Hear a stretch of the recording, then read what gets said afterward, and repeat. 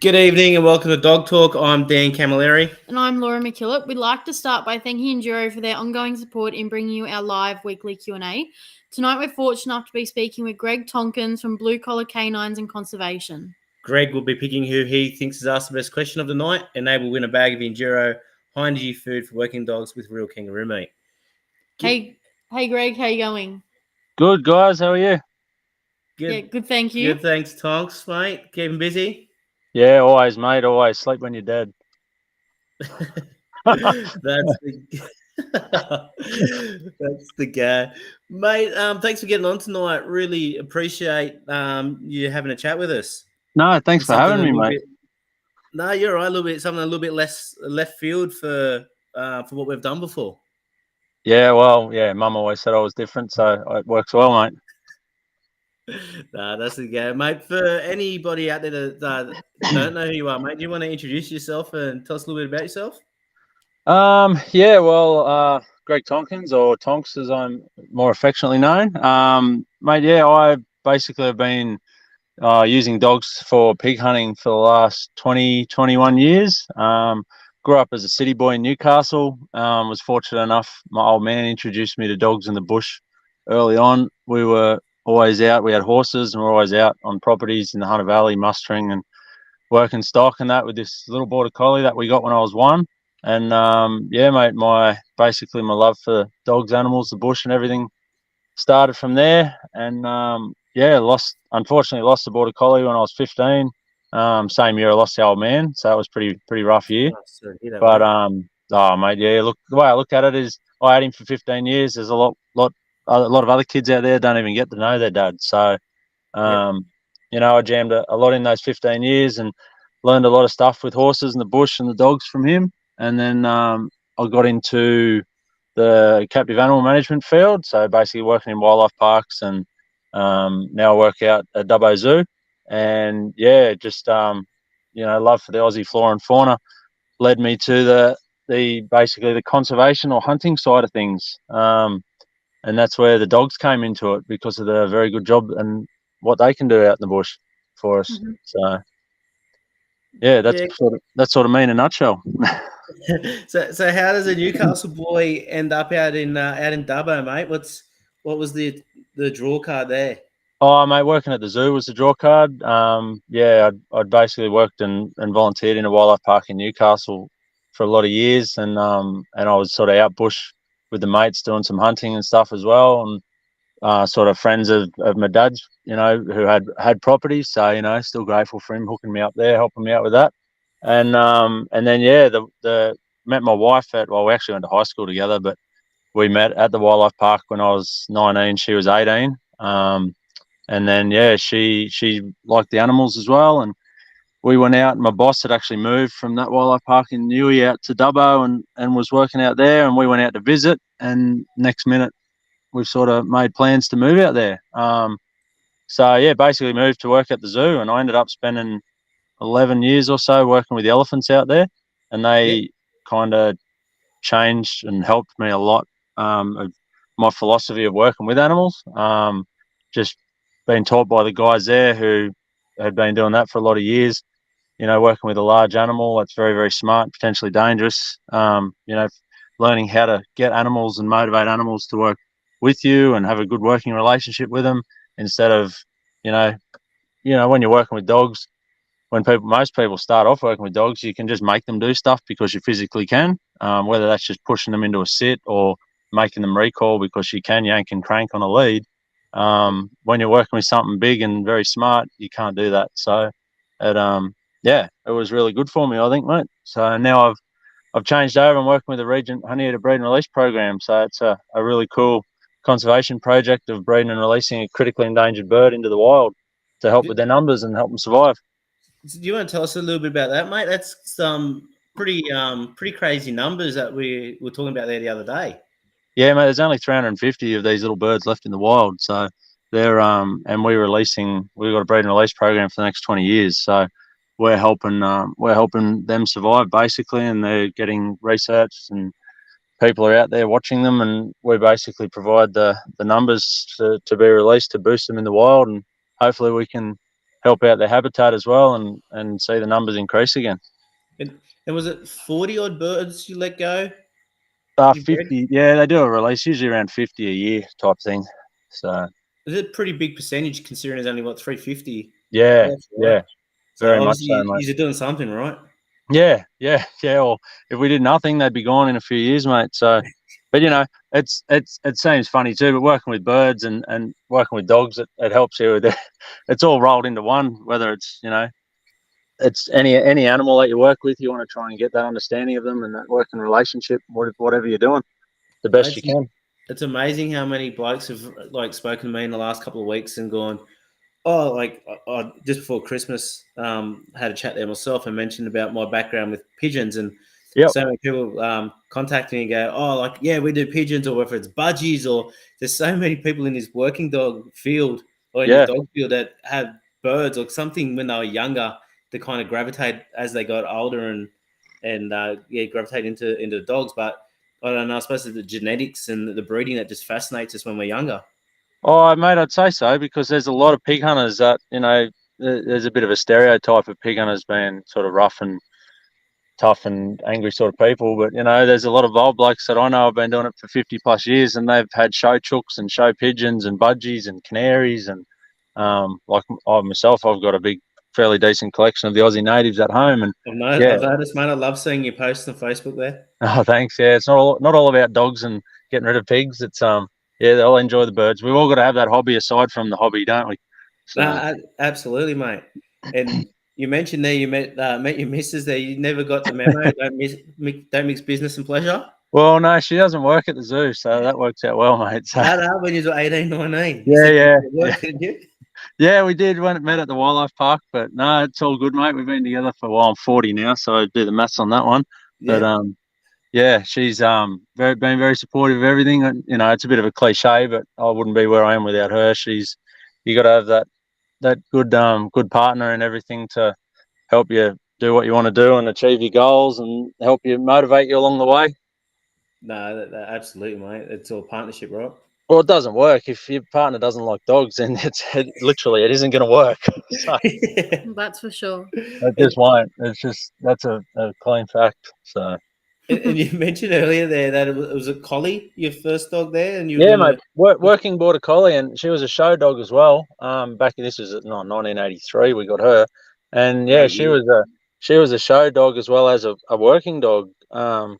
Just from what the old man finding old photos and ribbons and stuff. She was titled, I think, Aussie title at 12 months old for showing, which nowadays I don't get much on show stuff. Back in the day, it was pretty cool. I remember going to shows as a little kid, and there was literally hundreds and hundreds of dogs there, and they seem to be sort of working dogs as well, not just the show type that doesn't really work. But mate, she was a good cattle dog, and she was my best mate. She was cattle dog or show dog, and then just hung out with me in the backyard playing all my cowboy and Indian games and all that rubbish you do as a kid growing up. She was there for the whole bit. So. That's really cool. So how did the pig hunting start, mate? Basically, I did a lot of shooting, and that was my way of getting rid of foxes and cats and pigs and things like that. And we're out of this property, and this Jackaroo was there, and he had a pig dog, and I was only 18, 19, and the stereotype of pig dogs was still the same back then. And he said, "Oh, come meet me dog. Do you want to come out for a run tonight with him and see what he does?" And I just went, "Yeah, no worries." He was a really friendly dog, not breathing fire and eating your children like most social, society and the media would have you believe. And mate, he was this big sook, this big bull mastiff wolfhound, and he was brilliant, mate. We were poking along, and he's just sniffing out the side of the ute, no lights on, just the headlights of the truck, and he'd just leave the ute and go out into the scrub, a few 100 meters, 500 meters, and find and catch a pig. And I was just sort of blown away by this, going, this is unreal. How's he do it? And he's using his nose and he's tracking them. And coincidentally, I had the wife actually then worked as a vet nurse at a vet clinic, and this young girl had bought in this little bull Arab puppy, and she'd bought him from a pet shop, and the parents had said, "Well, you're not keeping that," and they've given him to the vets to be rehomed. So he ended up coming home with us, and he was about 12 months old, and he'd been he was a really good dog, but he'd been showing some, prey drive and stuff like that. And I was aware of what his breed was. And so anyway, I took him out on the next hunt, and he decided, so as soon as he saw a pig, he knew what that was, and away he went, mate. And he was, I didn't realise then how good of a dog. I'd love to have him now, 20 years later. Like, he was an absolute, I could have made him. He was a great dog, but he had that much more potential. I held him back, just not knowing really, the whole ins and outs of it, and just feeling my way. But yeah, it's always the way, isn't it? You always think, geez, if I had that dog now, he'd be heaps better. Oh, absolutely. So transition from going out for a bit of fun and all that. I guess Facebook probably helped with that, or forums. There was old hunting dog forums and stuff like that that you'd get onto, and then Facebook came along, and now in all the other social media platforms. But it was more, I guess.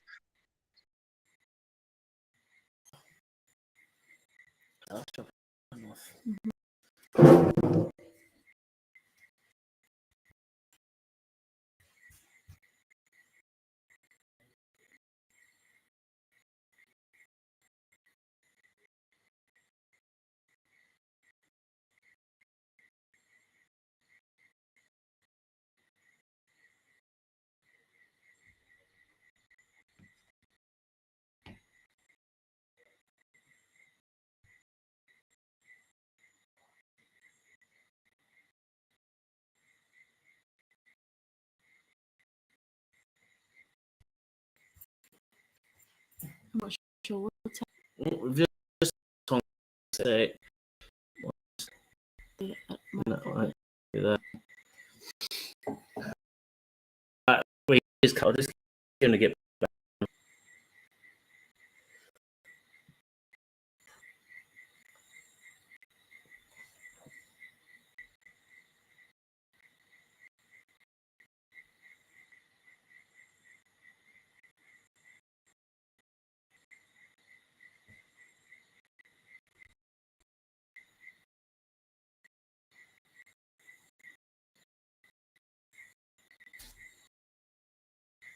sure. Not sure. Hey guys, we just connecting, so we'll just reboot. Here, he's back here now. Happened? Sorry, mate. I think that was actually us. No, it's Dubbo, mate. Pig hunters and technology out in the sticks of nowhere. Sorry, where did you lose me at? Mate, we're just talking about social media. Yeah. Yeah, I guess that's where everything more so took off, from all the hunting pages and the dog, the working dog pages, and people asking for advice, and being able to just offer what I thought were pretty simple solutions to problems. And then it just sort of grew pretty quickly with people inboxing me that, there's a lot of ego and stuff in the social media world, let alone the hunting world. And blokes sometimes, or people, don't want to ask questions for fear of ridicule and get made fun at. So people were just inboxing me. And I was at that stage of getting sort of 1 or 2 messages a day. And then, I had a chat with the wife, and we sort of thought, well, maybe we make it into a little business page and sort of try to do it a bit properly. And then came up with a bit of a concept of doing like a little workshop that I just sort of designed a slideshow and, videos, and had a dog there for demos, and started doing small workshops of sort of 10 people people can come and learn, and get a few of them bring a little puppy along and do some demos during the day with it. And, rather than sort of telling them how to fix one dog, give them the tools to fix the rest of the dogs that they have for the rest of their life, type thing. So what kind of things would you work on there, mate? Oh, mate, we spoke about the stigma, right, of hunting. Everyone keeps their dogs on a chain, belts the shit out of them, feeds them nothing. They're skinny and they want to kill everything. So, exactly. Yep. And I know this is something you're pretty passionate about, not a massive driver for. Yeah, mate, it is. Look, I hate stigmas and stereotypes, and especially when they're wrong. Doesn't matter what walk of life you got, whether it's doctors, school teachers, religious people, politicians. There's always, Polly's is probably a bad example, but there's good and bad in everything, So if people want to find ugly, if they're looking for ugly, they'll go and find it somehow. So I thought, oh, look, let's just try and bust up that stereotype a bit by showing people, show them how we train the dogs and show them what we do. And even, going as far as to, I guess that's how the high jump stuff came into it, that I ended up doing a bit with a few of the dogs. You're taking them out in public on show to a, like, it's usually a show, a regional show in the area or a town show or whatever, and there's a bunch of other dogs there and hundreds of people and kids around all screaming, and you're just sort of sitting on a picnic blanket with a couple of big meathead pig dogs and waiting their turn, and then when it's time to jump, they do their thing and then go lay back on the mat again. And a couple of my dogs have been in movies and things like that as well, which it just shows people when you tell them they're actually a working pig dog, they can't believe it because the dog's so gentle and such a sook and well behaved, and it looks good. I still get people say, "Oh, your dogs are skinny," and it's, well, no, your dog's just fat, and that's what you're used to looking at. So Yeah. this is actually a working dog. This is what dogs should look like. So there's always going to be extremes of both ends of the scale, which is a shame. But I mean, people are always going to find something to argue about. But the numbers growing, especially of pig hunters, that they want to invest that time into their young dogs. They want to learn how to train all the behaviours properly. And I mean, mate, the workshop it's real basic stuff for professional trainers. It's some, I guess, basic training principles on how science-based training works. Do you want to touch on that for us, mate? Oh, yeah, I guess. I mean, a bit using a clicker. I teach people how to use a clicker. I teach them, all behaviours are trained by a command, a bridge, and a reward. Doesn't matter what you do, whether you give your dog a treat or a pat or play a toy with it or give it a cuddle. And once people get their head around that's how a behaviour is trained for any behaviour, doesn't matter what it is, then I guess their eyes sort of open up and they figure out and try and plan how they do their training with a dog. Now I guess most people would just take a dog out into the bush and, oh, now it won't jump on the ute. Well, why won't it jump on the ute? Because there's a million things going on. There's 3 other blokes there with 5 other dogs. They've just been catching pigs. It's very, very overwhelming. How about we train that dog in your backyard to jump on your ute, to actually know what it's doing when you say get up or get on the ute? And once people learn that and wrap their head around it, they sort of it's a light bulb moment. They go, oh yeah, okay. So whenever you got a problem, it's always you. You just look at what you're doing wrong. You can fix it for the dog and help them out. Yeah, no, absolutely. Just a couple of markers there and a bit of condition training, right? Yeah, exactly. Maybe good age-old classical and operant conditioning in different forms. But I've got to be careful too. That I mean, I get lost in all the jargon, but I've got to remember that I am training pig hunters. I am one of them, so that's why I think I do pretty well at it, because I understand enough of the basic jargon words, technical terms, but I don't go into it too in depth because people just blank out and go, "Oh, he's a wanker. I'm not listening to that dribble." So, I mean, they get the wanker part right, but it's the dribble afterwards. Mate, which kind of leads me into the next question here. Like, yep. I was going to actually go back a step. Okay, you go. Laura. How do you actually start using a clicker with a dog? Because a lot of our community, I believe, wouldn't use and have probably never seen one used. So. Oh yeah, okay, 100% agree too. Like, I've had people, rip into me. Oh, you bloody soft cock! You're using treats to train your pig dog and all this, and I'm like, yeah, that's cool, mate. Good on you. And they're either pig dog people or they're stock dog people. I'm like, well, mate, it's horses for courses. I'm sure you're not going to – I don't go into the bush chasing pigs with a whole barbecue chicken and throw it at my dog when he catches a pig. Just the same as you're not going to take a barbecue chicken or a bag of kibble out, and when you tell him to – I don't even know, what do you say, go back or something, you're going to start throwing treats at the dog for going back around the sheep. I don't know anything about sheepdogs, but, so, yeah, the clicker I just use a clicker on puppies or on new dogs that I would either get out of the pound or get from people who didn't want them anymore, that have sort of just sat on a chain for a bit or been in the backyard and not had much done with them. I just use the clicker just to really get their attention with it. So it's something I do make things really clear, really concise, just so that it's always consistent for them. And I find with the pups, they love it. They love that little loud click. And I do it just very, what's the word? Very relaxed, very casual. I just walk around with them when when they're hungry, when it's feed time, whether it's a handful of kibble or some chicken or bacon dices or whatever, and just click it and then just drop the food near them. And, it might only a few sessions. I like to keep my training really, really short. I swear I've got undiagnosed ADHD, so my training sessions are like 2 minutes, 3 minutes tops.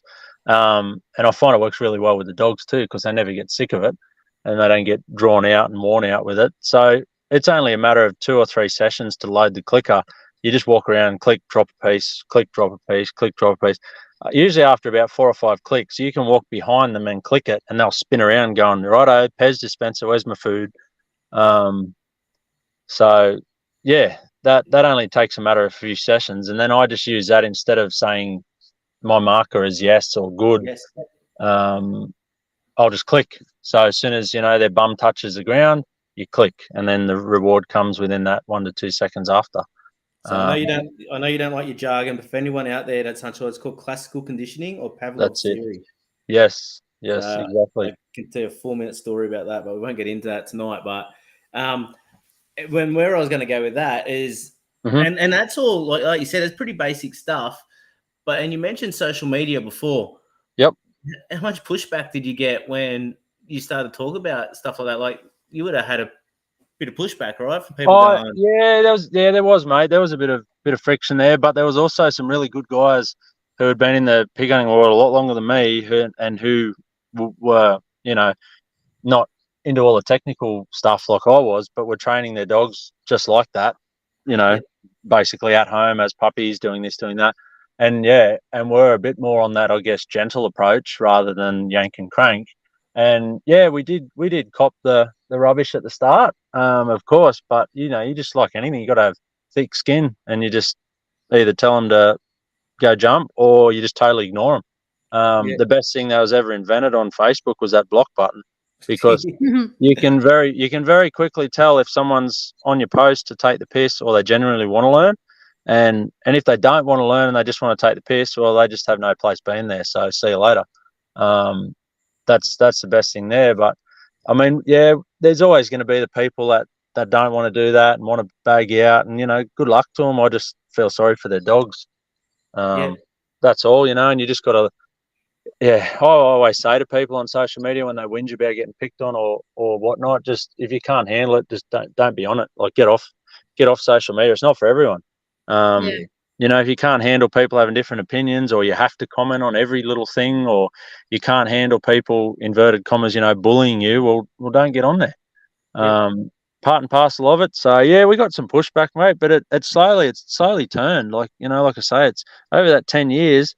It's really, the tide's turned the other way now, that if somebody dare mentions a not so nice way to train their dog, they get hammered.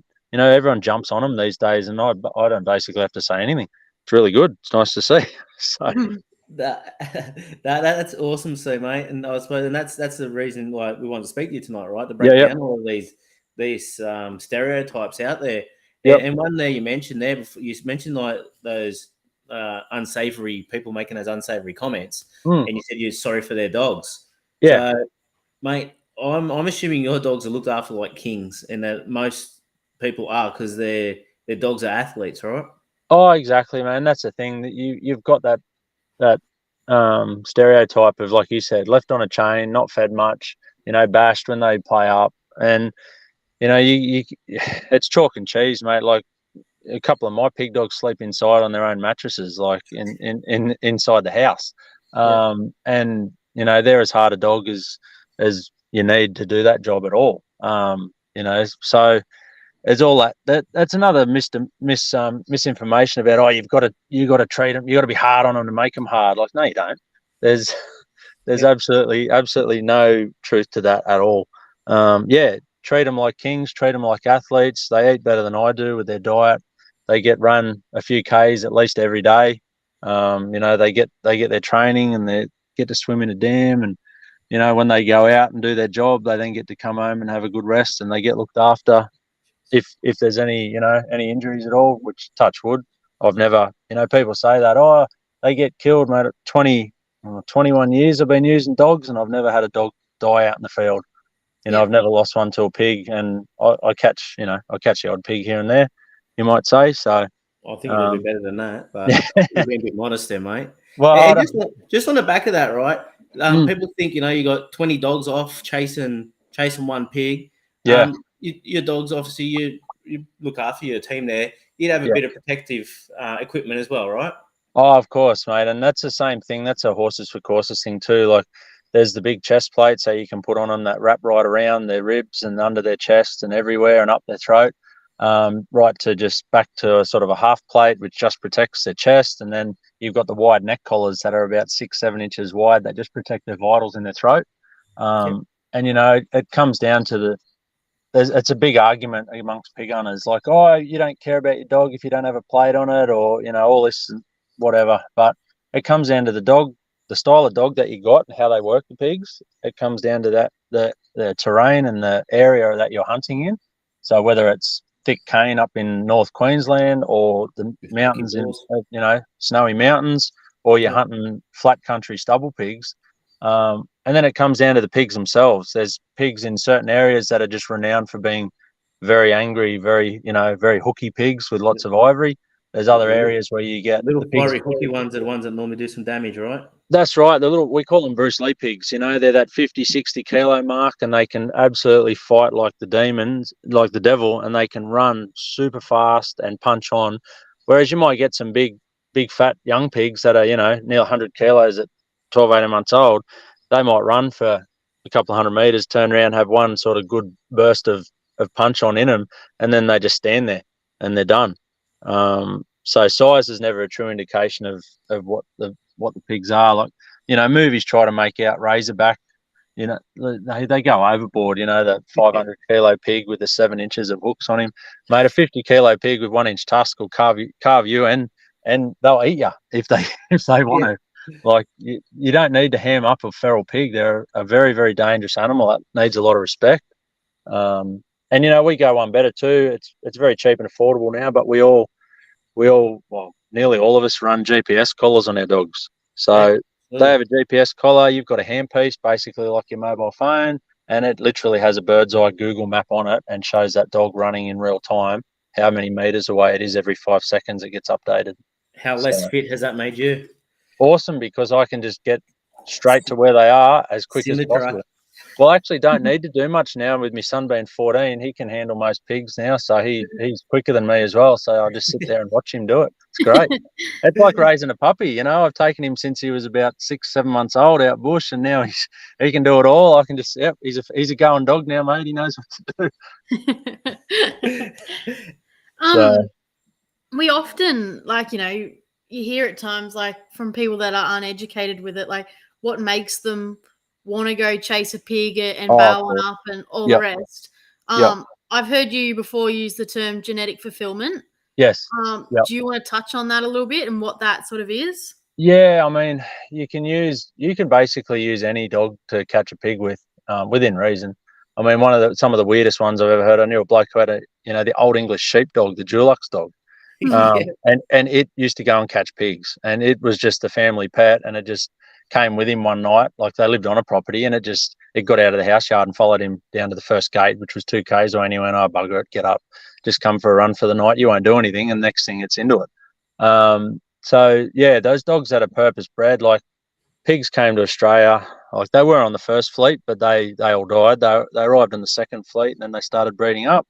And, ever since then, we've been catching them with dogs. So it's something that's been bred into the dogs for hundreds and hundreds of years.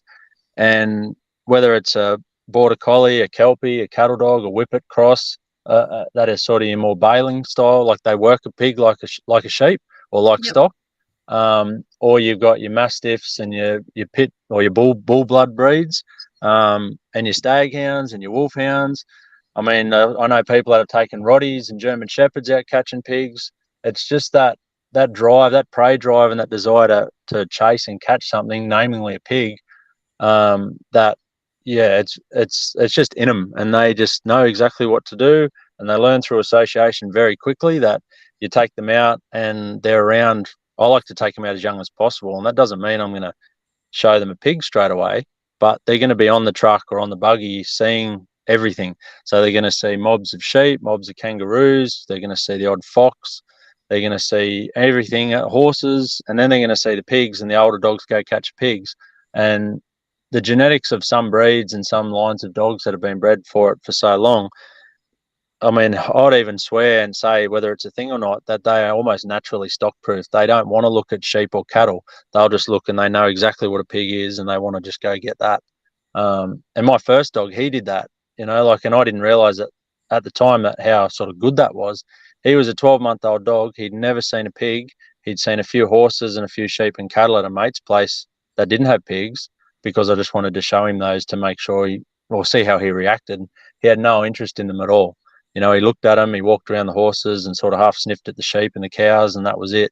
And when he saw these feral pigs running for their lives out on the flat country, he started screaming on the back of the ute to be unclipped. He almost busted the chain.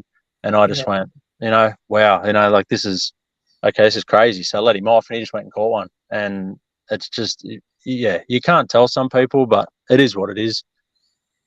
And you mentioned that there. So basically, it's stock proofing. That'd be something that it's hard to get on properties as it is these days. Yes.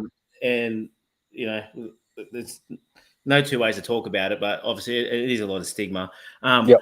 But stock proofing was part of your something you work on there with those dogs you mentioned before as well. As part from clicker training, it was jumping on utes. Stock proofing was one of those as well, right? Yeah, of course, mate. And I ended up, I'm having a break now, but I did some board and trains for a few years of, people just send me their dogs, and I don't take them hunting, but I do all the basics before hunting. So, everything, just your basic obedience, how to be a good dog in the kennels and around the yard and getting on with everyone. Recall's a big one. They got to come when they're called, sit, stay, all that stuff. And I've also got sheep and goats at home, and even a few black ones that I deliberately have, because a lot of the pigs are just jet black, and we even get fooled by them. You're out hunting and it's getting late at night, or you're tired, or you haven't seen a pig for a few hours, and you'll see black is a pig, right? You'll see a black stump and go pig, and then the dogs look at you and go, "You idiot." Mate, so, as well probably go on the same stump, gets me every bloody time. That's right, exactly. And they're the same. They'll see a mob of white sheep, and there'll be a couple of black sheep in it, and there is prick, and they'll look at that. I've even had an old dog once. First time she ever saw a black sheep, she jumped and ran out within about 50 meters of it, and just turned around and came straight back to the ute, because she couldn't tell that it was a sheep until she either got close enough to see it or the smell of the other sheep. She just went, "Oh no, it's not it." Because I've had pigs hide in mobs of sheep and be caught in them. Like your heart goes into your throat when you see an older dog jump and run at a couple of hundred sheep in a mob, and they just part like Moses in the Red Sea, and there's a big black pig in the middle of them, and your dog catches it. You're like, "Oh, that's great." But those few seconds before that, you can't see the pig. You're going, "Oh, what's going on here?" Sounds like there's a bit of a story there. Oh no, you've just got to trust your dog. The first time it ever happened was I actually had one of the farmer's sons with me, and he sort of went, "What's going on here, mate? I thought these were stock proof," and I went, "Yeah, so did I." I said, no, she's good. There'll be a pig in amongst them or around here somewhere. And I didn't know there was. Look, you with us, mate? Yep. How's that? Yeah, I got you back. Got you. There was a creek, and then they were on the edge of the creek out on the paddock, and I thought, oh, there'll be pigs in the creek for sure. I didn't know it'd be in the middle of the sheep, but that's what they do. When it's lambing season, the pigs get in there and they'll actually eat the lambs as the ewes are giving birth to them, and they'll actually eat the arse end of the poor old ewe as well. But so that was the first time it happened, and I played it cool, but I was shitting myself inside. I think we've all had a moment like that, mate. Yeah. I don't know about your sheepdogs. They can't, if they're chasing a sheep, that's what they're supposed to do. So. Yeah. Oh no. My brother obviously done a lot of pig hunting his whole life, and I've been lucky enough to play second fiddle before I got into work dogs. And I know that feeling you're talking about. Your heart's in your mouth, the sphincter's pulsating, and you're like, oh no. And then you hear that hit up, and you're like, oh, there we go. Yeah, just got to, and it teaches you to just trust your dogs. If you put that time and effort into them, I mean, they're not robots, they're not computers, which is what I tell a lot of people. just because they'll jump on your ute at home doesn't mean they'll jump on your ute out in the bush and elsewhere. They're a living, working animal that does make mistakes just like us. But if you put that time and effort in, you got to trust them and trust that. And that's all about management. You don't go running two young dogs together that are going to G each other up, and they're like two teenagers looking to get into mischief. You run one with a good old experienced dog. So cool head, They'll learn and it's just like a stock dog, right? They're going to learn the bad habits first if they're following up a dog, right? They're going to compete and they're going to aim take shortcuts. That's right, exactly. Yep. And you'd mentioned bailing dogs there before. For our listeners out there that don't know, there's a couple of different styles of dogs. You mentioned the bull breeds and whatnot, but more so lugging dogs. Yeah. So you're more. I mean, the typical good hunting dog is a dog that you'll just poke along on a buggy or a ute, out in the scrub. I don't know. You can sit on 20, 30 k's now. Some blokes sit on more than that, but I like to sit on that 20, 30 k mark and poke around the property. And the dogs will be wind scenting off the back of the ute. They'll be working the breeze, and they'll sniff the pig out. And they might travel a kilometre, 2 kilometres, 200 meters. It's all sort of relative on where you're hunting and the dogs and whatnot. And then they'll catch the pig, and whether they catch it, inverted commas, by bailing it up, which is they'll essentially keep it in the one spot, running around it and working it like a sheep so you can rock up and shoot it, or the bull breeds, or they'll grab the pig by its ears and hold on to it, and then you'll run in and dispatch it with a knife, humanely. And there's same thing with that. People go, oh, that's illegal, you can't do that. If it's done as quickly as possible, then it's deemed legal and you're not prolonging suffering. That's where you stay on the right side of the law. If you don't get rid of it and dispatch it as soon as possible, like I said, that inverted commas of prolonging suffering, if you stand around and film it like you see some clowns do and put it on social media and YouTube, then that's illegal and you can get fined, and you deserve a fine, because you're not looking after the pig and you're not looking after your dogs, and you're not showing either of them the respect that they need. So that's my views on it, and that's how it's legal, and that's how it's kept legal, is if you do it like that. So yeah, and like I say, in 20 years, 21 years of doing it, I've hardly ever had a dog at the vets, and I've never had one loss to it. So must be doing something right. Touch wood. Yeah, absolutely.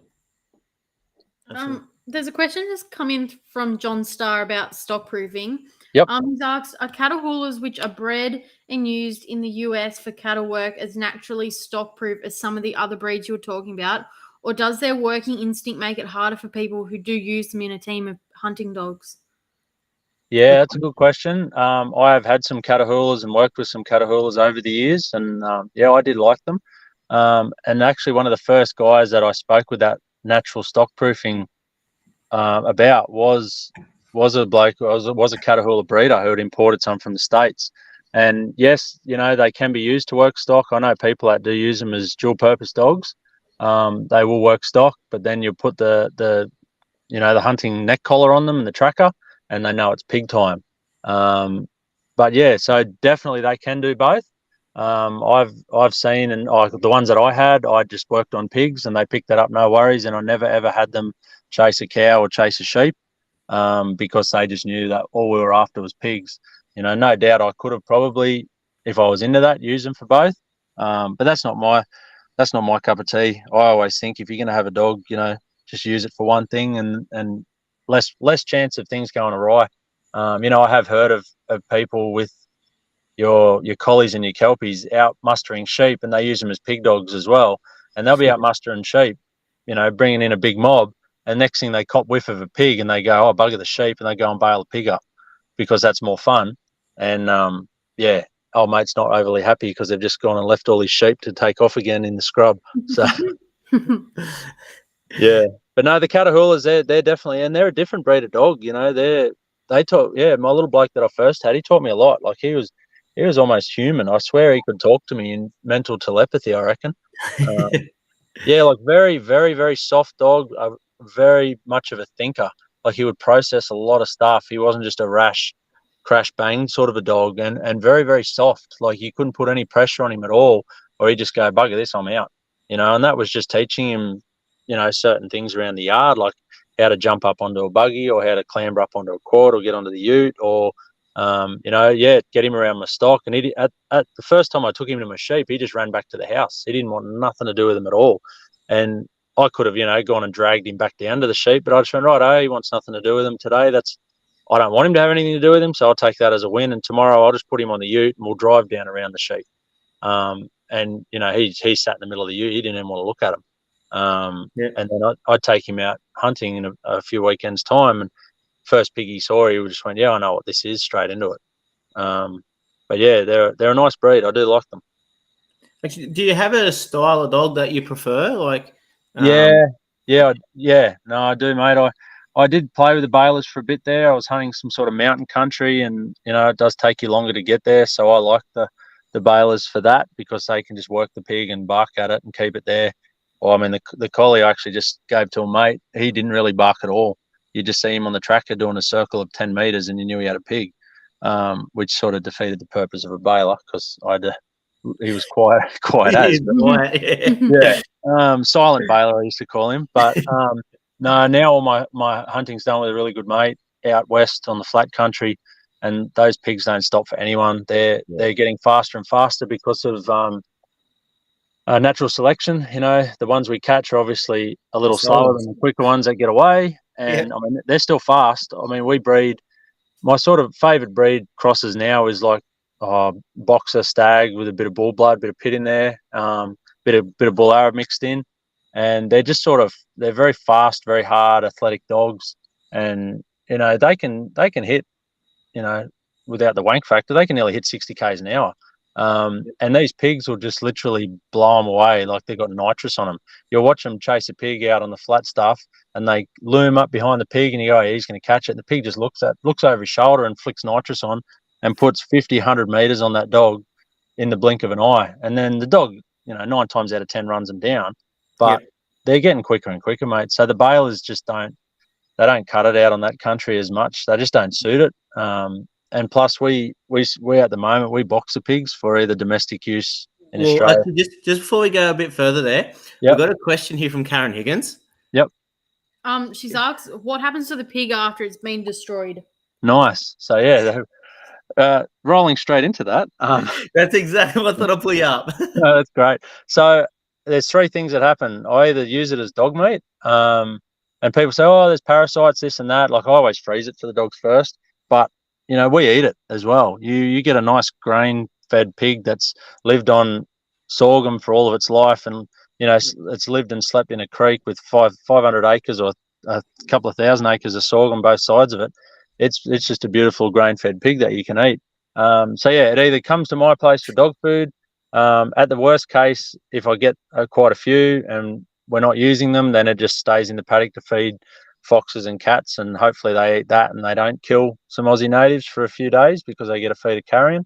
Or at the main use of it is for either domestic use here in Australia or export overseas. So it actually goes, you're classed as a professional hunter.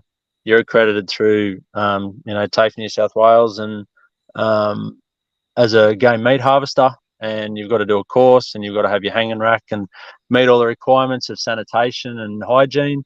And then you actually inspect the pig when you kill it, you dress it out, and it then gets put into a chiller and sold to a company. You get paid by the kilo for that pig. And that's how a lot of towns have survived for a lot of years with the game meat harvesting industry, whether it's commercial roost shooters, they're pig hunters as well, doing deer and goats and even hares, and they can be exported overseas. And it's worth, back in the day when it was really going well, it was worth over $20 million a year to the Australian economy.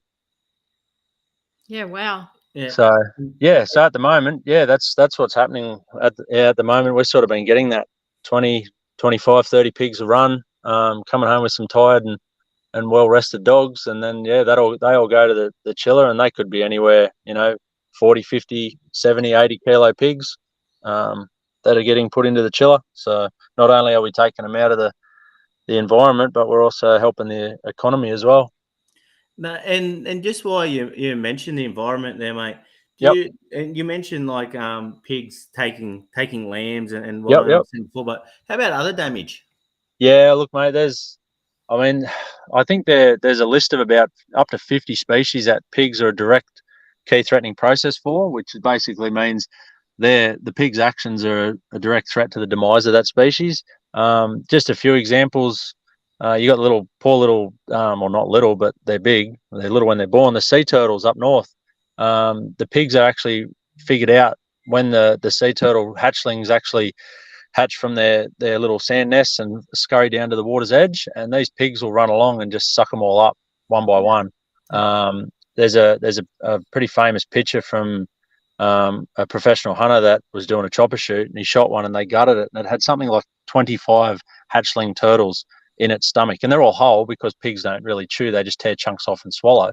And these poor little sea turtles, like it was 25 or 26 sea turtles in this one pig.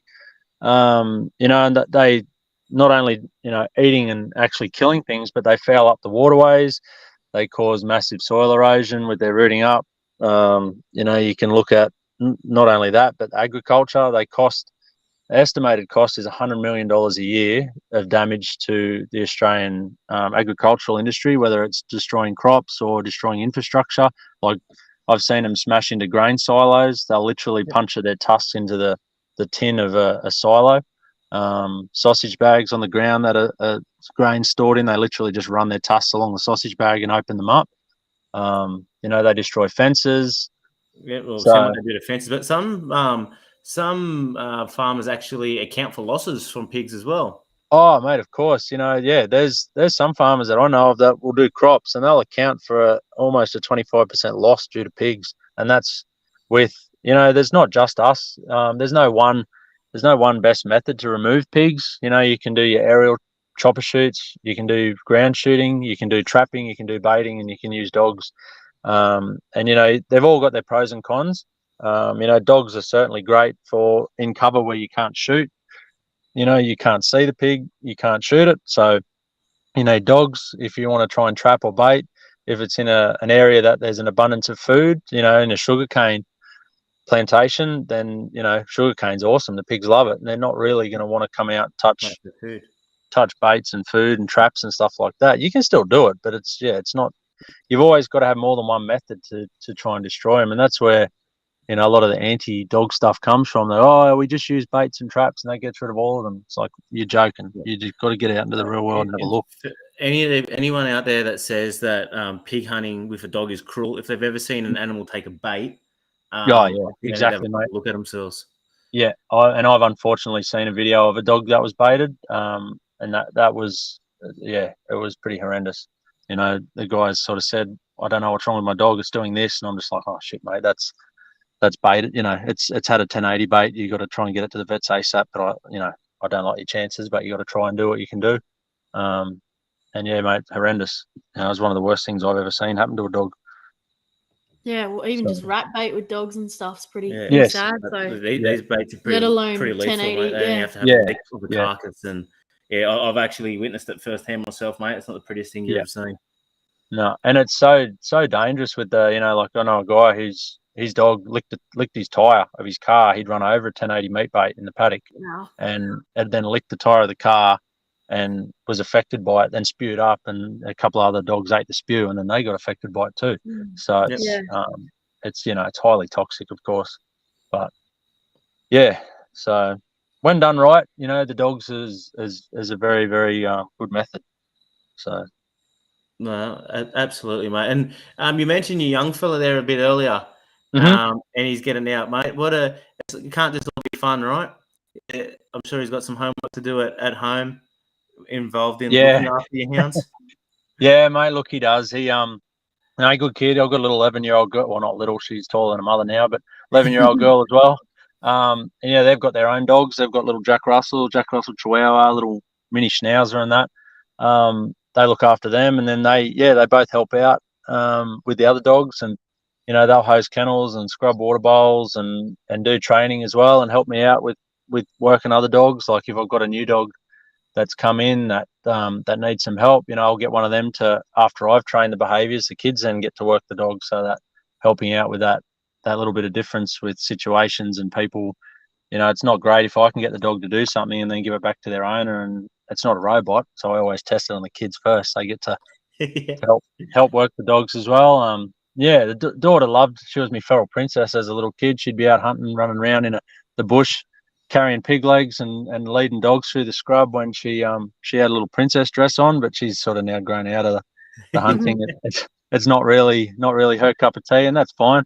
She still loves the dogs. She's just not into that side of it. So. How about the finance minister, mate? Does she get amongst it as well? Minister for Finance and Recreation, yeah. Yeah.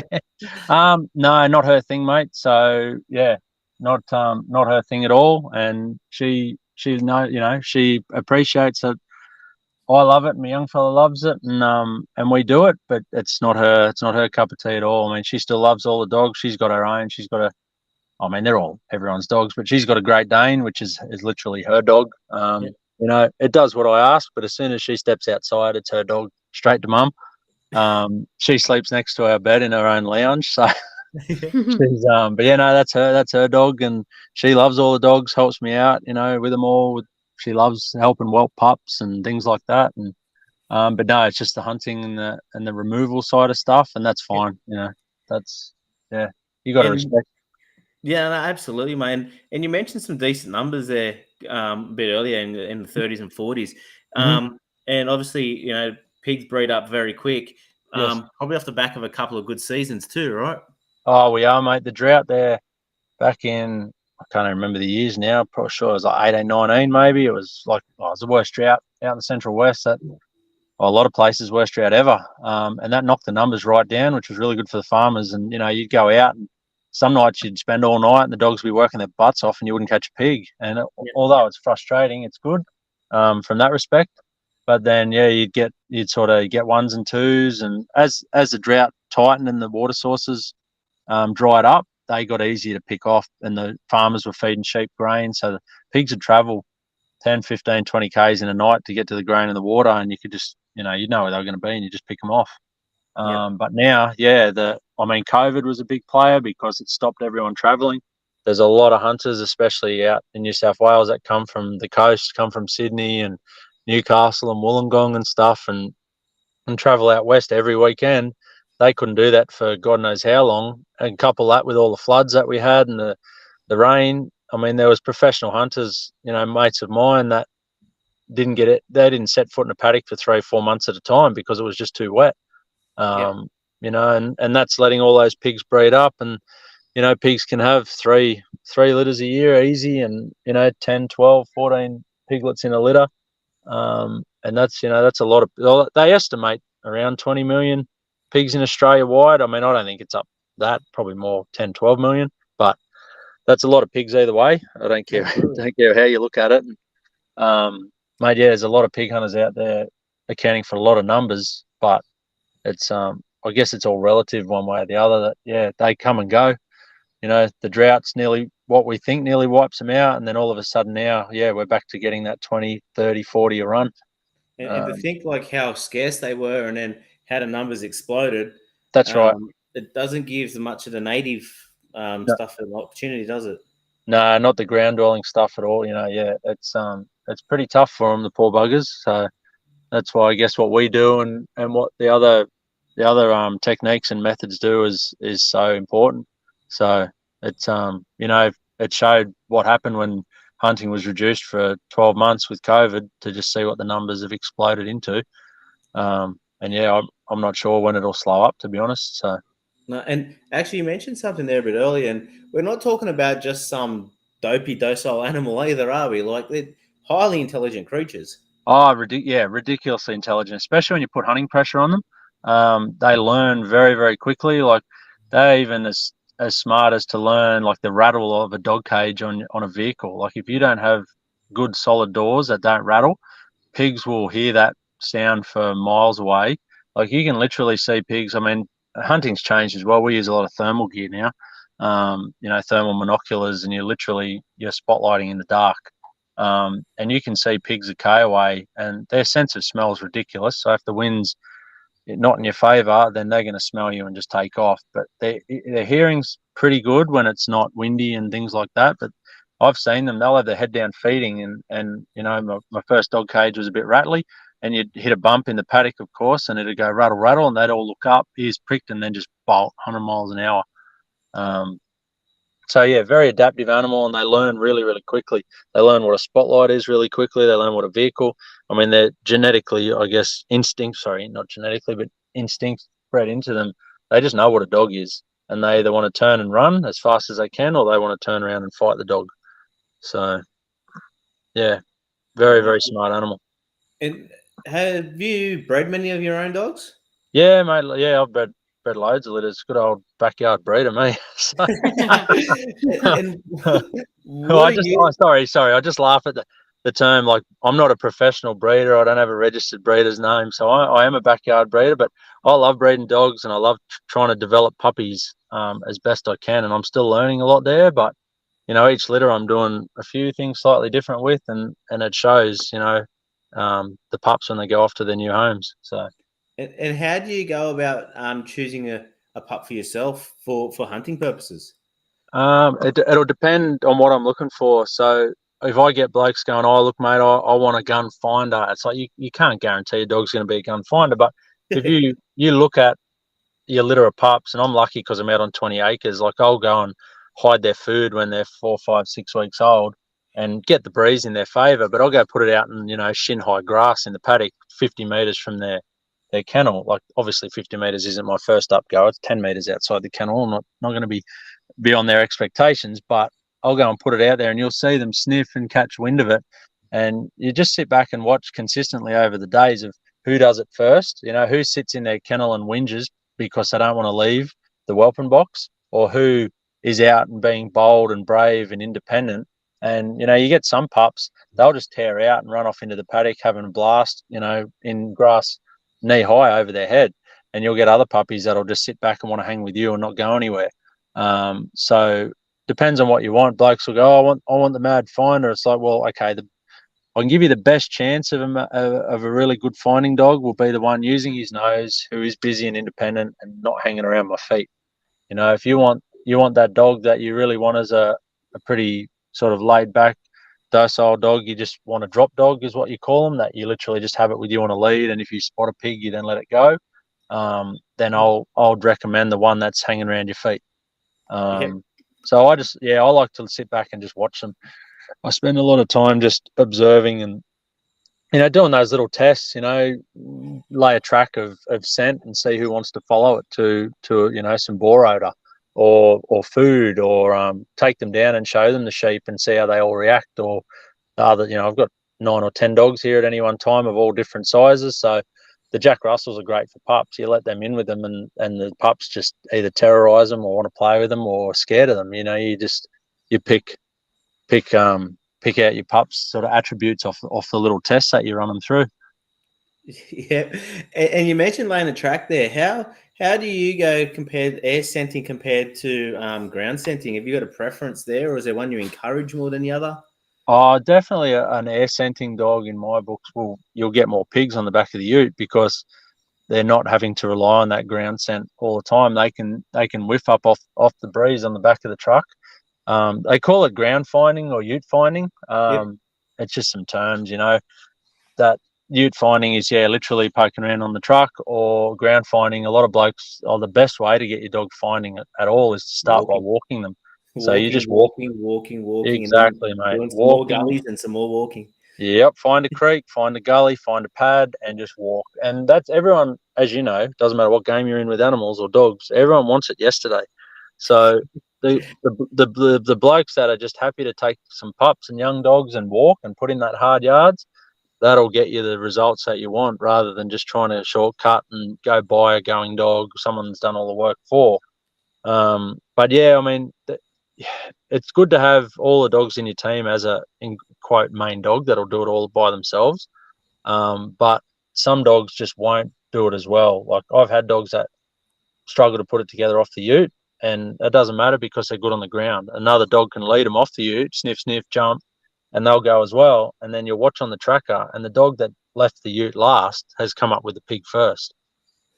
That's the beauty of those GPSs. You can actually watch the direction that the dogs are moving in. And that do they still come with treated quarry? Yeah, they do. They're good old Yankees, mate. Treat quarry. But yeah, they do that, and you can actually watch where the pigs run as well. Like pigs run, and then he's done a big loop to loop 3 times and gone into a bush, done a figure 8, and you'll watch the dogs, and the dogs will do this big loop and then a big arc out there, and then they'll cut back and zig and zag, and then they'll just go in a dead straight line when they've spotted the pig and it's on. So yeah, it preferences horses for courses. I know guys that they walk 90% of their hunting's walking. They'll walk a cane block every night and just get pigs out of the cane block, because that's how they hunt. So Yep. yeah, I've actually learned a lot about scent training lately. And Yep. like, so even some dogs, when they haven't detected the scent, they're actually detecting disturbance within the ground. So that Yes. could be breaking of foliage, twigs, leaves, soil disturbance during the night has a different effect in sunlight. Exactly. It's Yep. pretty crazy. And then for the dog to pick out that little odor of the pig on top of everything of, your sheep, your cattle, yourself, Yep. everything else, the diesel pouring out the back of your truck. It's a Yep. pretty crazy. I don't know. For me, it was never about catching the pig. It was always about the effort you put into the dog and just watching that little dog develop. Yeah, mate. I know one of my best mates who I've hunted with for a lot of years. He's had some of the best dogs I've seen, and he like chain smokes Winnie Reds all night. So he's literally got a durry flowing out the back, hitting the dogs in the nostrils all night long, and they're still going pig there, jump, bang, 500 meters, come up with it. And I'm just it's nuts how they not you just every now and then they just do something and you just go wow. Like whether they're finding with the breeze up your butt when you've been driving a paddock the wrong way, like you got it in your face, but you've got to turn around and come back doing a lap of the paddock. And yeah, whether it's driving over the top of scent and the wrong way, and the pig dog just goes bang, jumped, and you're like, you shouldn't have been able to do that, but you did it anyway. So I'm not even going to bother trying to understand it. Yeah. Yeah. And I don't know much about it, but I believe there's like sort of hunting comps, pig hunting comps. There is, yeah, man. I mean, there's a few in New South, but a lot up in Queensland, and generally they're to do with a charity. So they'll actually do, they'll have the pig hunting comp, and all the money raised goes to a charity, whether it's a little local school out in the bush in the middle of central Queensland somewhere that's got 30 kids, or whether it's a kids cancer foundation or anything like that. And there's, I guess it's like the dog world. There's loads of companies with gear and dog food and sponsors, and they sponsor hunters.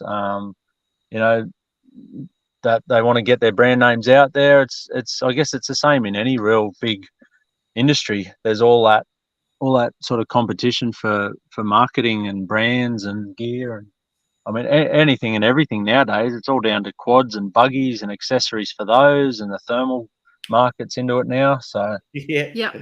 And you've got the comps, and then you've got the kids get to do some like Iron Kid competitions and the Iron Man comps, and they usually have a dog high jump there. There's always all fun and games. They turn it into sort of family days as well as a real community event. It does, mate. Yeah, and yeah, it boosts town numbers for that entire weekend, and everybody benefits. Then the servos benefit, the restaurants, the takeaway shops, any hotels if there's families staying nearby. So yeah, it's not just about that. Going out to catch a pig. There's a lot more to it when you really get down to it. And what do you feel your best achievement or a special moment is for you in the hunting world? Good old Maxie, my high jump dog. I'd have to give it to him. Tommy, I had this mad red dog. He was a really good dog too. It was a pain in the ass, but he was a great dog. And he did the movies. He was pretty good. He had a fair old reputation on him. What was the movies, mate? You want to touch on that? Oh yeah, he quickly had a cameo in the new Storm Boy movie. And he worked in Zaley and Craig Bullen, good friends of mine, do a lot of movie work. And yeah, I got into it through them. They did a remake of an old Australian movie called Wake in Fright. It was a 2-part miniseries. And then we did a little cameo with a couple of my dogs in some American police sort of sitcom. It was only a little quick couple of scenes, but it's something you got to train the dogs for 3, 4, 5, 6 weeks prior, travel to Sydney, go on set in amongst all the people and everything, get these dogs to do their thing. And and then they're expected to do it. You're expected to provide it, Yeah. and then they're just dumb old pig dogs. But they do well at it, or they did well at it. But no, Maxie's he's me goat. He's probably the best all round pig dog I've ever had. I've probably had dogs that have hunted maybe a bit harder and a bit better than him, but he was just easy to train, easy to start, just a very natural dog. And we figured out that he was good at doing the high jump. Just started at a local show, maxed out the jump. I think his first ever jump comp, it was 2 meters 47 is sticking in my head. And that was as high as the jump went. And he did that very easily. And then, he went on and on and on and on. And he ended up doing, I think, 13 comps, and he never got beat, the big fella. And he ended up breaking. Well, we did some research when he started getting good at it. People started talking and sort of telling me stuff, and I'd never really known anything about it. And I did some research on it all, and he ended up, there was, I think the official record was like 3 meters 5 or something like that at the time, and he jumped 3 meters 20 at a pig hunting comp charity day. And then we went down to Penrith show, which was a pretty big dog high jump comp down there. And he broke that. He did 3 meters 25, and we got that officially done through the Australian Book of Records, just as a bit of a pig dog wank, So it was big fella holds it now. And for a 42 kilo, I think he's 72 centimeters at the shoulder, big buff-headed pit boxer stag Arab Dane deerhound. He absolutely loves the wall. He's just a natural at it. He just blasts over it. He hates failing. I always put him in a sit, stay, and stand at the bottom of the wall to catch him if he ever fell, but he very rarely failed. He absolutely hated failing, but I guess I just put it down to I never let him fall and injure him, cop that negative rap from the wall, because I was always there to catch him. And I trained him, I guess, in a way that I really trained him to succeed. I wouldn't like whack up huge increments of jumping at a time. I just do it very gradually. And I guess it was probably classically conditioned too to some point. He loved the wall. So I think he did that in 2018, I think. Yeah, wow. I reckon I was probably at Penrith show that year too. Nice. It was at night time. It was the first time he jumped at night, and he blitzed it, and I was just like, wow. And he still holds it. No one's got near it. I was actually at Rough Track last week. And, normal, and they talked about setting yourself a goal. And I set my goal for my Malinois to jump 3 meters. So I want to try and achieve that by the end of the year. Mate, a Mal's going to kill. A Mal will wipe the floor with 325. Like, those dogs are just... and I've said that to a couple of mates. I'm like... You've mentioned it to me before too. Do you reckon anyone will ever beat it? And I'm like, yeah, Malinois will smash it one day when someone can be bothered training it. They're too busy biting people to do that. They're too busy doing their dog sports and all their stuff. That's how I'm getting her over the wall. I got the kids waving a big tug toy at her. Yeah, mate. Well, that's it. People used to ask me, how do you get him to do it? I said, barbecue chicken, mate. He loves his barbecue chook. He jumped the wall. He gets a little tiny piece of barbecue chicken. So I had me little, I had my son over the back of the wall. Maxie'd come over, he'd get a bit of barbecue chook, and that was his thing. So, mate, I've seen people throw balls over the wall for their collies and kelpies, and they fly over. They actually did a couple of jumps with the backtrack boys, and that was great. That great bunch of guys. Bernie is a bloody legend. That was the closest the big fella ever come to getting beaten. He just won a day. We were jumping in about 3 inches of water, absolutely flogged down at I think it was Barradine show, pissed down. And they're like, oh, we can't really stop. We'll keep going. So we all just looked at each other and went, all right, if the dogs want to jump, they can jump. And it wasn't super high. I think we pulled up at like 2.8 meters.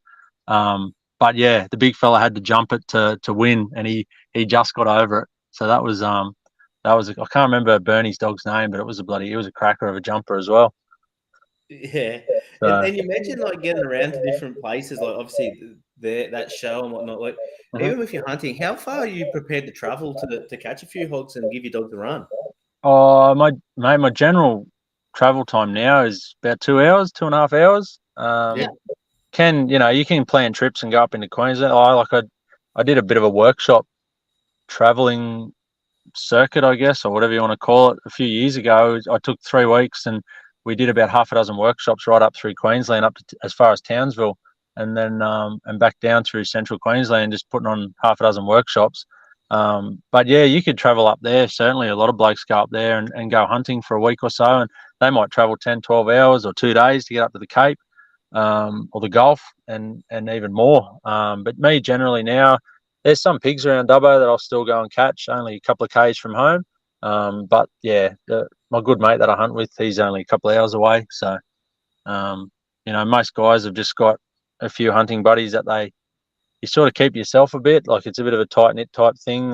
You don't want to invite every Tom, Dick and Harry out and you don't trust their dogs, or you don't trust them to try and go back there and talk to the farmer without you. There's a big respect thing going on there. So I generally just hunt with one or two other guys, and yeah, you know what I'm talking about. So I do, mate. The good old backdooring. Yeah, oh mate, exactly. And when people hear backdooring, they think of reputation. They think of something rude, but it's to backdoor you on a property, and it's not your property, it's the farmer's, but it's a respect thing. If you're taken there by another bloke who hunts there regularly, then that's considered, inverted commas, his turf, and he's doing a good job there. That farmer respects him enough to have him there. And then if you go back and say, "Oh yeah, but look, I'll do a better job than him, let me on," that's viewed on the that's very much blokes have blown up over that, lost friendships. I know blokes have punched on over stuff like that. So. Yeah, absolutely. Yeah. And even so, like backdooring someone like that, and then actually something going wrong, and then just wrecks it for the person actually done the right thing for a number of years. Oh, of course, mate. Yeah, exactly. Yeah, I've known farmers they've just shut the place down to everybody. No one's allowed on there at all. And then they'll just cop the losses and deal with the pigs themselves. Yeah, absolutely. So, yeah. Laura, do you want to go on? Yeah, there's just another question come through from John Starr. He's asked, do you feed dogs much differently between the times when they're in full work to the times when there's not so much on? Basically, it's just the amount of food. So I have a varied diet for them all, which is basically it's Dog Pro Game on Kibble. Thanks for my sponsor. You're good mates with our sponsor. And so I just give them a kibble and a pet mince mix, which is lamb and cow fat off cuts mixed in with offal and carrot. So I put that through a big mincer, and then they all get cans of sardines in oil. They'll also get lamb trim. They get pig meat, chicken frames, and just bones like cow and sheep bones. So that's basically, I add in bits and pieces like your Greek yogurt and boiled pumpkin and stuff like that and your oils and things if you really want to, but it's mainly just the varying amounts that I feed them. So if we go away and they're working hard for a long weekend, they'll get lots of little feeds rather than a big feed because they're constantly working. And then when they get home, they'll get quite a few days of multiple feeds to put that, because they do lose condition. I mean, after working hard over a 3 or 4 day long weekend, your dog will lose a kilo or two easy, and then they'll put that back on. But if they're not in work, they just get a portion control for the input and output that they're doing. Yep. Yeah, makes sense. And 100%. Yep. Mate, what advice would you give to someone that wanted to get into a bit of recreational hunting or train up a big dog? Don't. No. The more the merrier. We would like, my advice is try to look for someone to teach you that does it the right way. And I know everyone will think their way is the right way, but the ethically right way. You can know by how a bloke treats his dogs as to how he is mainly as a person. I find, if a bloke looks after his dogs, treats them well, they're usually a pretty good bloke. So good judge of character.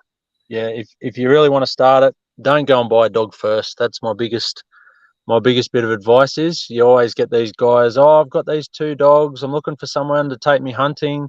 It's like, mate, have you got anywhere to hunt? No, I don't. Well, why'd you go buy 2 dogs? Oh, I want to go hunting. It's like, okay. So there's always plenty of places to hunt. You can get what's called an R license and actually hunt the designated state forests in New South Wales. That are actually designated for hunting with dogs. So anyone can go hunt anywhere if you go get an R license in the right forest. So land really isn't a problem anymore. It's more so knowing the right things to do. So, team up with somebody, and generally you just don't wake up and go, I want to be a pig hunter.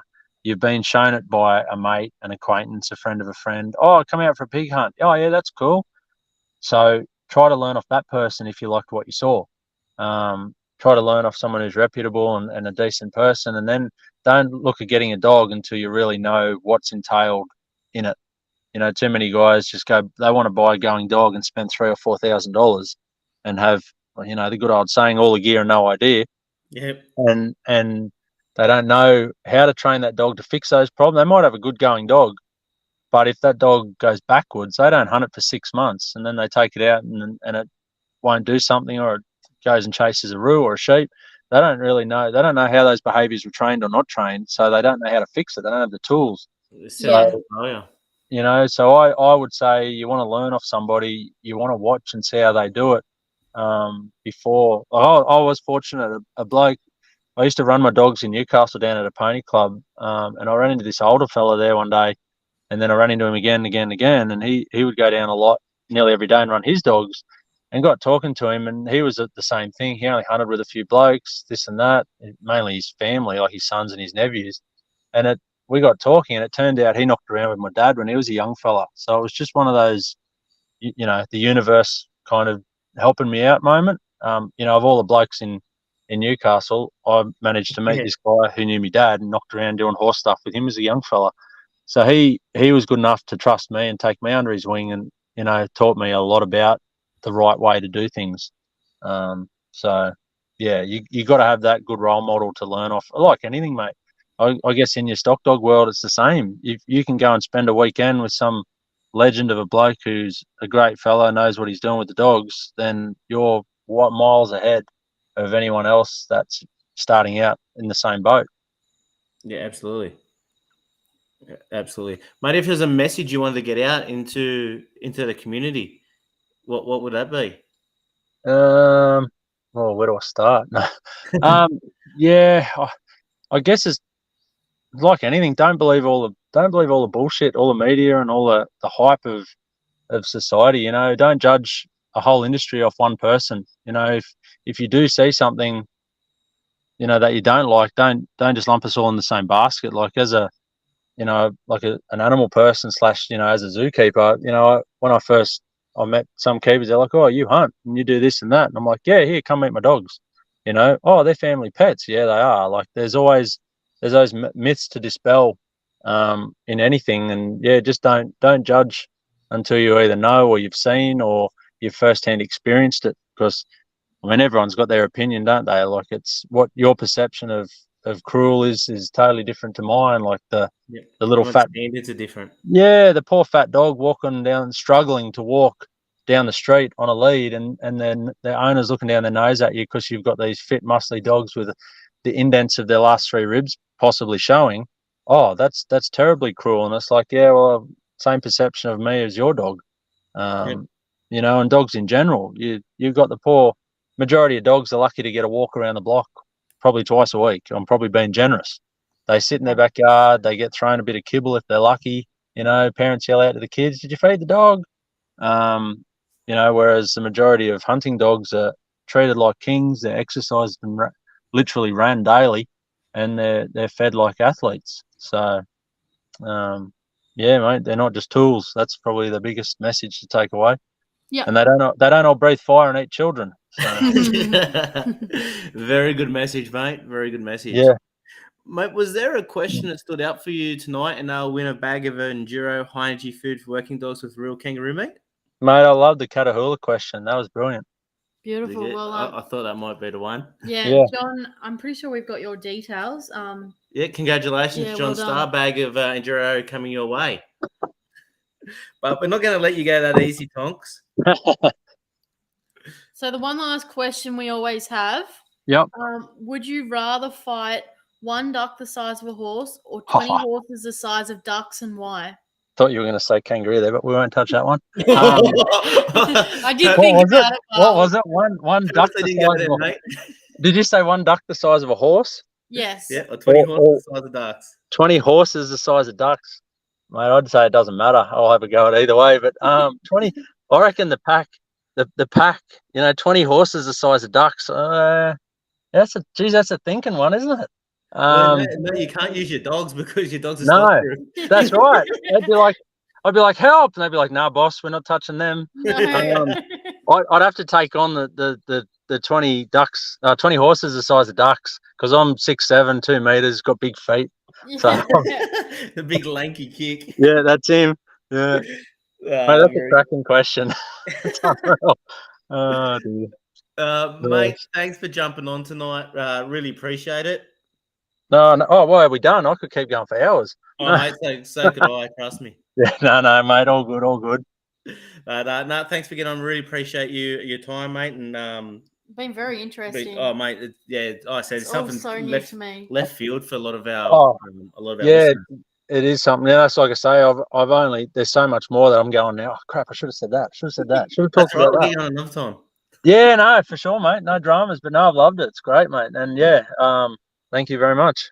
Nah, not a problem, mate. Have a great night. And to all our listeners out there listening back, all the ones that got on live tonight, thank you.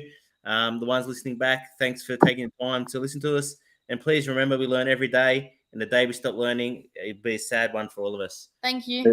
Very true. Love it. Cheers. Good night.